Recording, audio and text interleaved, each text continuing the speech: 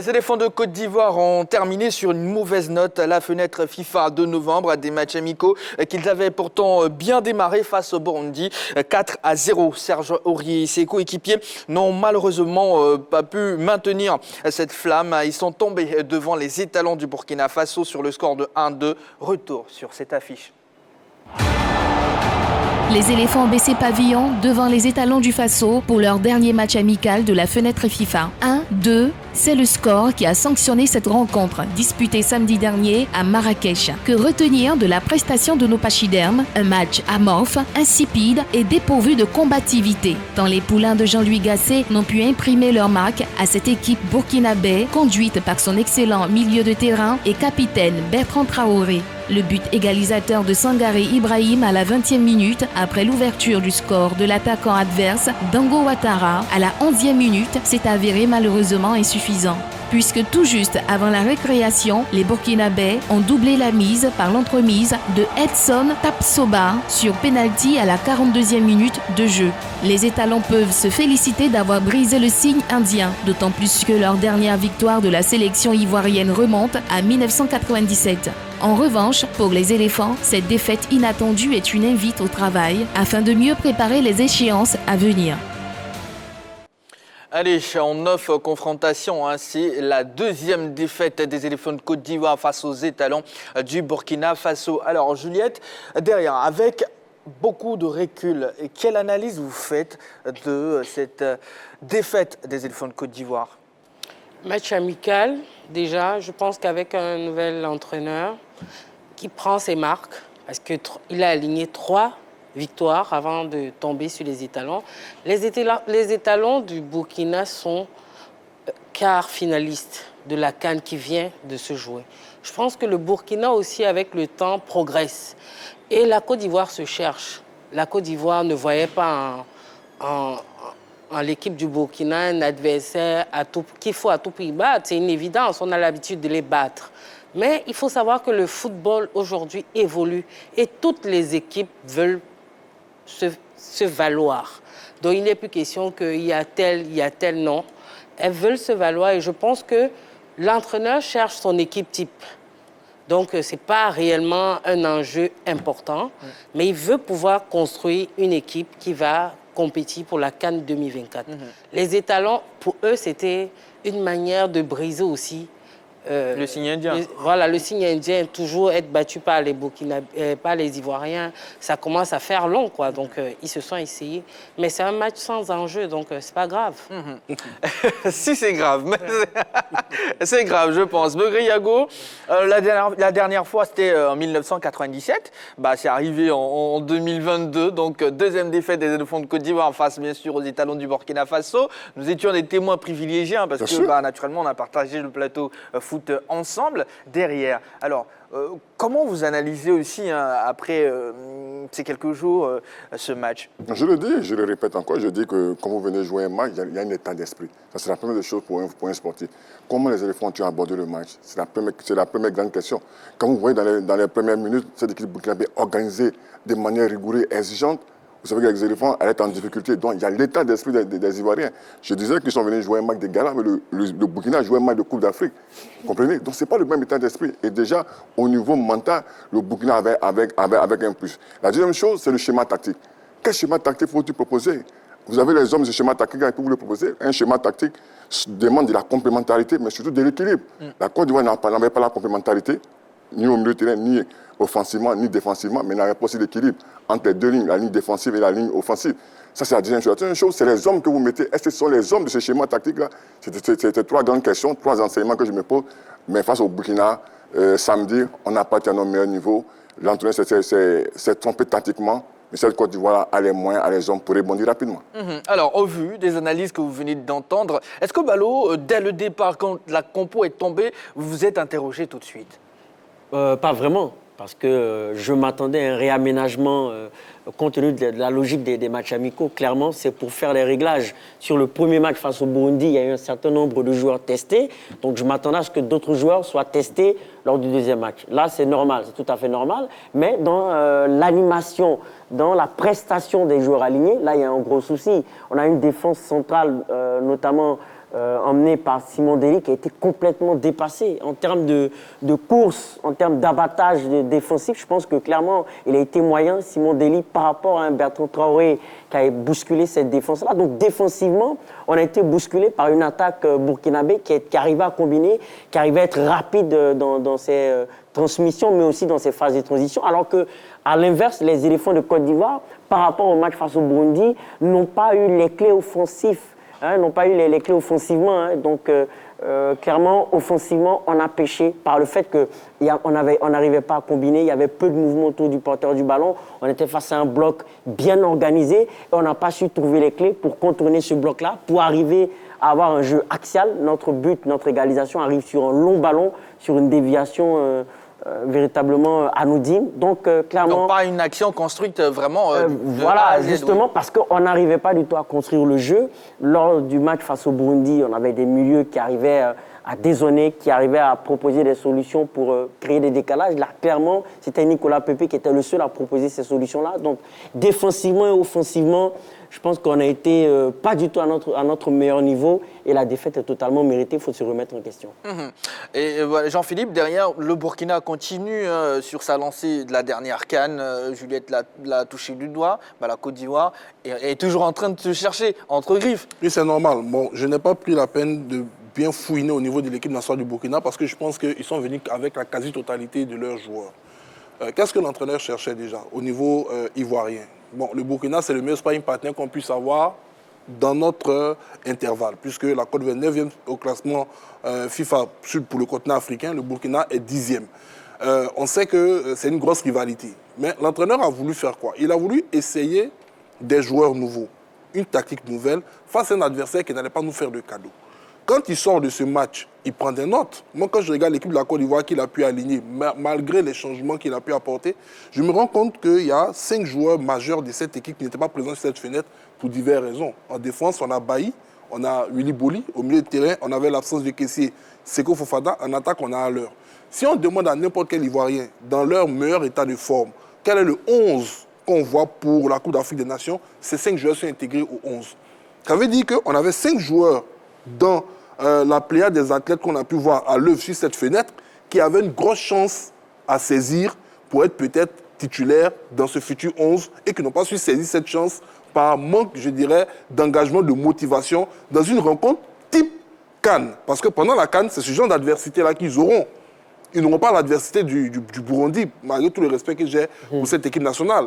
Donc moi, je ne suis pas, je dirais, un tout petit peu inquiet par rapport au choix tactique, au choix des hommes de Jean-Luc Gasset. Ouais. Quoique j'aurais préféré qu'il teste au moins un autre gardien sur cette rencontre, parce que venir encore en match de préparation et toujours insister sur Sangaré et on ne voit pas les autres à l'œuvre, ça me paraît un peu gauche. Maintenant, au niveau des joueurs du champ, ce qui était l'en donné, c'est qu'ils pouvaient donner avec l'état d'esprit qui allait avec. J'espère simplement qu'ils vont corriger cet état d'esprit-là, parce que comme je le disais, la limite de la tactique se situe surtout au niveau de la motivation des joueurs qu'on aligne. Et nos joueurs n'ont pas su se motiver sur cette rencontre, raison pour laquelle on s'est incliné. Oui, Jean-Baptiste, il faut ajouter quelque chose par rapport à cette équipe nationale de Côte d'Ivoire. Depuis la CAN passée, il y a un constat qui est malheureux. Lorsque les joueurs de couloir, lorsque les ailiers sont muselés, c'est une équipe quasiment impuissante offensivement. On n'a plus d'autres solutions. Oui, il faut revoir cela. Parce que face à l'Égypte, c'était le cas. Pas de Max Gradel, pas de Wilfried Zaha, pas de Nicolas Pepe qui sont muselés. L'équipe a du mal à évoluer offensivement. Face au Burkina, on n'a pas eu le même Jean-Yves Kouassi qui a été étincelant face au Burundi. Il était à peu près transparent face au Burkina. Pas de Max Gradel, Wilfried Zaha rentre en jeu. Il a du mal à exploser. C'est une équipe de Côte d'Ivoire qui est transparente offensivement. Donc, il faut proposer mieux. Oui, ouais, c'est clair. Il faut une alternative au jeu des ailiers, au jeu de couloir. Lors de parce que ce qu'il dit est vraiment important et primordial. On gagne nos matchs sur quoi? Sur le côté, on gagne le Burundi sur le côté. Mais comme il a dit, ce n'est pas la même intensité, la même grandeur d'équipe. Mais je dis aujourd'hui, il y a un constat qui est extraordinaire. Dans le repli défensif, mais nous sommes zéro. Quelle est cette grande équipe qui n'a pas ce rigueur dans le repli défensif? Ce n'est pas possible. La deuxième chose, c'est quoi? Le défi physique. On fuit le défi physique. Pourquoi? Le football, c'est un sport de contact. Si on veut fuir le défi physique, ça fait peur pour la Côte d'Ivoire. Moi, je suis vraiment inquiet sur l'état d'esprit, sur le défi physique, mais sur le repassement. Parce qu'on a une équipe qui défend en deux milieux, ce qui est impensable dans le football moderne. Donc je pense qu'aujourd'hui, c'est vrai, C'est un match amical, mais il n'est pas amical parce que les enseignements, il faut les tirer maintenant. Et la Coupe d'Afrique, elle va très vite, elle sera là. Quand on a vu un très bon Blati qui s'est clairement promené dans son jardin, mais regardez même, terrain. Rapidement, regardez le milieu de terrain, comme il a dit, Burkinabé. Mais c'est un milieu à 5. Un milieu à 5 contre un milieu à 2, franchement, vous serez dominé, mais surtout dans l'impact, dans l'agressivité, dans la récupération, ils ont été sublimes. Ouais. Non, moi, ce que je veux dire, c'est que je pense qu'il y a une alternative qui a été trouvée quand même par l'entraîneur. Sauf que cette alternative n'était pas présente. C'est Seko Fofana. Si vous prenez un parallèle avec ce qui s'est passé face au Togo en match amical, on se rend compte que les ailes étant bloquées, la solution est venue de l'axe. Quand Seko prend ses responsabilités pour aller fixer, par exemple, la défense togolaise. Donc, c'est dire, voilà pourquoi tout à l'heure je disais qu'on a des absents majeurs dans cette rencontre, mais ça n'empêche pas que ceux qui étaient présents auraient dû essayer de trouver cette solution, comme a si bien dit Ballot, pour montrer à l'entraîneur qu'ils ont une intelligence également de jeu tactique qui peut leur permettre de prendre des initiatives, à même de décanter des situations. Sinon, je pense qu'au niveau de l'entraîneur, c'est l'une des raisons particulières pour laquelle ils sont allés chercher, convaincre Seko de revenir en sélection, parce qu'ils ont su que notre jeu était peut-être trop basé sur... C'est là où il faut avoir un vrai collectif. Ce qui n'est pas faux, mais il faut avoir un vrai collectif. En l'absence de Seko. Mais oui, il faut pallier rapidement. Mais si on n'a pas un vrai collectif, que demain Seko se blesse pour 6 mois, qu'est-ce qu'on fait? Là, on est limité. On est limité, on ne doit pas être limité. On doit trouver un palliatif, on doit avoir une flexibilité dans le schéma tactique, ce qui est vraiment important pour le football moderne. D'accord. En tout cas, cette victoire des Burkinabés a fait le chou gras des médias. Et bien sûr, on va regarder ensemble la revue de presse préparée par notre consoeur Brigitte Yoda. Le Burkina domine la Côte d'Ivoire. 2-1 affiche le média en ligne lefaso.net pour qui l'entraîneur Hubert Velud est arrivé à vaincre le cygne indien après 35 ans par ce match amical international au goût de revanche pour les étalons. Titre repris par cet autre média en ligne Wakatsera, qui pense que les étalons n'ont pas abordé cette rencontre face à la Côte d'Ivoire tel un match amical, tant ils avaient à cœur de battre des éléphants en confiance, surtout du fait de l'histoire, eux qui sont restés invaincus face aux Burkinabés depuis plus de 2 décennies. Ce succès est naturellement une victoire de prestige pour les étalons face aux éléphants, titre le journal Le Quotidien. L'Express du Faso, pour sa part, fait un clin d'œil à Bertrand Traoré. Pour le journal Bobolais, le capitaine des étalons a été l'homme fort de cette rencontre.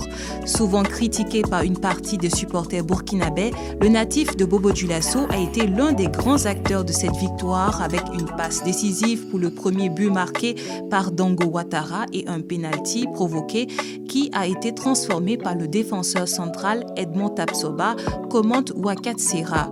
Selon l'Express du Faso, la seule fausse note de cette rencontre est l'expulsion à la demi-heure de jeu de Gustavo Sangaré.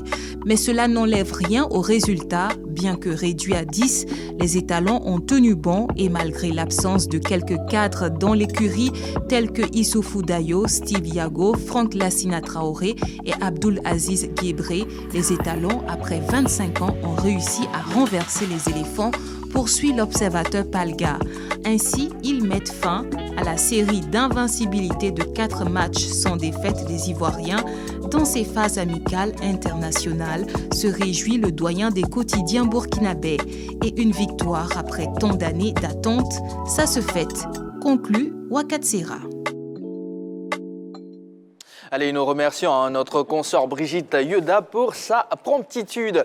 Alors, derrière, Juliette, est-ce que vous comprenez cette effervescence de la presse burkinabé face à cette victoire? Je comprends. Parce que, écoutez, sur les réseaux sociaux, par exemple, les pages de foot et tout, quand il y a des commentaires, c'est toujours taisez-vous les Burkinabés, vous ne pouvez pas battre les Ivoiriens. Peut-être que c'est un sursaut d'orgueil.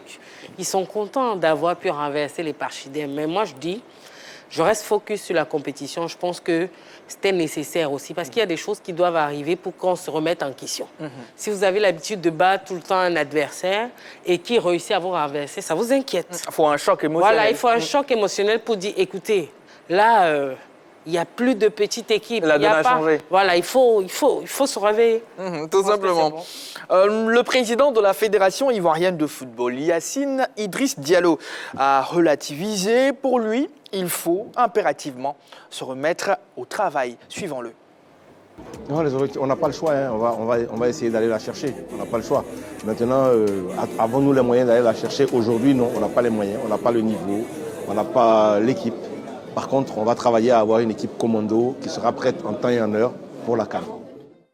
Allez, c'était le message du président de la Fédération ivoirienne de football. Balo, un commentaire là-dessus? Oui, semblait être vraiment d'accord. Oui, c'est un commentaire lucide de la part du président de la Fédération. Je pense que tous les observateurs du football sont conscients que cette équipe de Côte d'Ivoire, à l'instant T, n'est pas prête pour remporter sa Coupe d'Afrique des Nations. C'est vrai qu'on a encore un an et demi à peu près pour essayer de relever certaines choses, d'améliorer certaines choses jusqu'en 2024. Mais il faudrait qu'il y ait encore du boulot.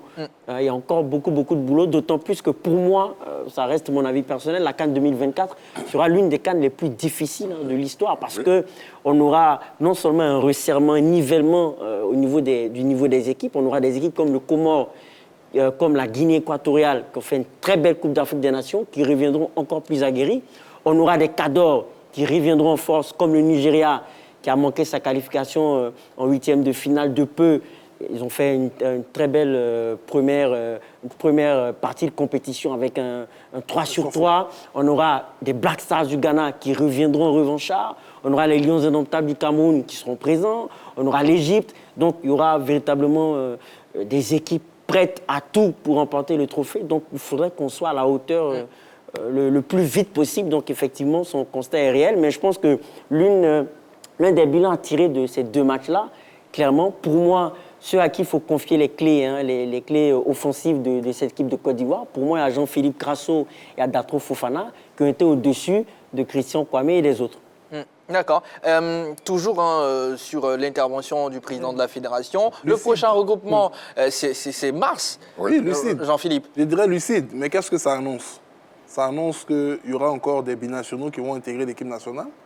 Parce que là, on sait que ces derniers temps, c'est la course tout azimut vers ces joueurs qui, malheureusement, n'ont pas eu la chance de porter les maillots des sélections de leur pays, mais qui ont, par les juges juridiques de la FIFA, la possibilité de se rabattre sur leur pays d'origine.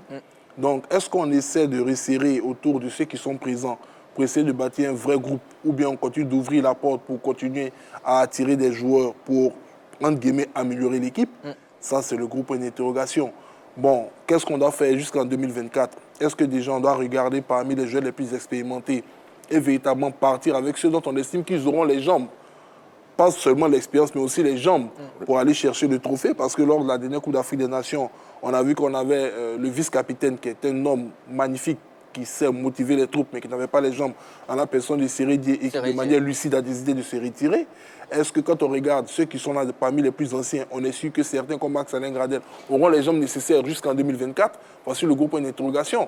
Est-ce que l'entraîneur Jean-Luc Gasset va véritablement se mettre dans la tête qui part dans cette Coupe d'Afrique pour la remporter et qui va se donner tous les moyens pour remporter ce trophée? Voici des dispositions. Mais je pense que déjà, un diagnostic pareil fait par le président de la fédération, ça remet tout à plat. Et j'espère qu'il va avoir le même discours devant les joueurs. Et c'est sûr, connaissant l'homme, c'est quelqu'un qui n'a pas sa langue dans sa poche, il va forcément mettre les joueurs face à leurs responsabilités. Parce qu'à arriver un moment, il faut qu'on sache parmi eux quels sont ceux qui ont vraiment envie de remporter ce trophée et quels sont ceux qui veulent venir juste pour la fête. Parce qu'en Côte d'Ivoire, il ne sera pas question de revivre encore ce qui s'est passé en 84. Il faut qu'on y aille franchement pour remporter ce trophée. Et il faut qu'on y aille véritablement, comme il a dit, avec un commando d'hommes prêts. Pas seulement des joueurs, d'hommes prêts pour cette mission. Begré-Yago, 1 an et demi, on va dire globalement 1 an, ça semble beaucoup. On parle de 12 mois, mais c'est peu, ça passe vite. Mais c'est peu, ça passe vite. C'est pour ça que, comme disait Olia et choses, il faut qu'on ait une équipe maintenant prête. Parce que quand on dit maintenant prête, c'est d'avoir ces joueurs. Je dis, vous avez quand vous êtes entraîneur, c'est de faire des choix. Si vous ne faites pas de choix, vous n'êtes pas un entraîneur. Un entraîneur, quand vous trouvez peut-être votre équipe type, avec 3 milieux de terrain, que ça joue bien, qu'il y a de la flexibilité, il y a de l'horizontalité, de la verticalité, et qu'il y a de la fluidité. Mais cette équipe, il faut la maintenir. Ceux qui veulent rentrer doivent se battre pour lancer cette équipe. Donc, on ne doit pas donner des places. Ils doivent venir chercher des places, comme l'a dit Auria. Il y a l'exigence du très haut niveau. On ne donne pas, on va chercher sa place. Ouais. Vous comprenez? Donc, aujourd'hui, il y a la pression populaire, la pression autour du foot. Donc, je pense que cette Coupe d'Afrique sera vraiment sous pression.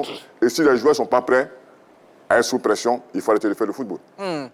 En marge du lancement de sa fondation, nous avons pu tendre notre micro à Franck et Yannick Kessié, la panthère de Zébizekou, qui s'est prononcé sur les éléphants de Côte d'Ivoire et sur sa situation en club. Regardons ensemble.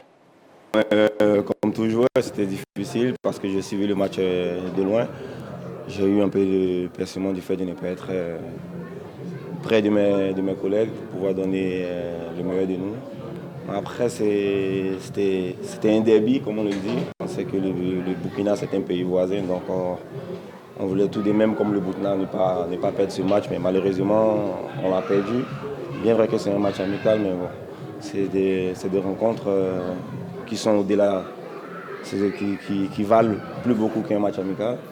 Et malheureusement, on n'a pas gagné, mais nous, on a un objectif, on prépare la Coupe d'Afrique 2024 chez nous à la maison. Donc, je pense qu'après ce match, le staff technique et les dirigeants pourront s'appuyer sur ce match référence pour pouvoir travailler, nous concernant aussi les joueurs, pour pouvoir toujours élever aussi notre niveau de jeu. Il y en a 3 résultats, soit tu gagnes, soit tu fais match nul, et soit tu perds. Tout le monde ne veut pas perdre, bien sûr. Et c'est arrivé, je crois qu'il peut aussi forcément avoir des résultats comme ça, même si on ne le souhaitait pas. Mais à partir de là, je crois qu'il faut redoubler d'efforts et il faut penser positif pour des échéances à venir. Franck, Yannick Kessié, milieu de terrain des Éléphants de Côte d'Ivoire et aussi du FC Barcelone, qui a été gêné par un pépin physique, d'où son absence face au Burundi et au Burkina Faso, n'est-ce pas, Begriago? Oui, mais... Et on espère le retrouver très vite. Ah oui, il doit se mettre au travail, parce qu'aujourd'hui, lui aussi, il est réellement en difficulté dans son club, il est souvent en sélection.